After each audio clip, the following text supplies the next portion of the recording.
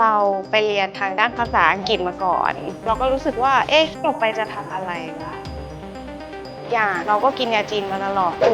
ทำไมเราไม่เรียนยาจีนวะเรียนจบไปทำหน้าที่เหมือนเป็นผู้แทนยาเอาตัวยาแคปซูลที่เป็นตำรับอากงอะค่ะไปเสนอตามร้านขายยาปัจจุบันค่อนข้างชาเลนจ์มากแบกบูธไปตั้งเองแบกสต็อกไปขายเองแล้วก็แมะเองจนกระทั่งโควิดเราก็ค่อยๆออกมาแล้วก็มาช่วยอากง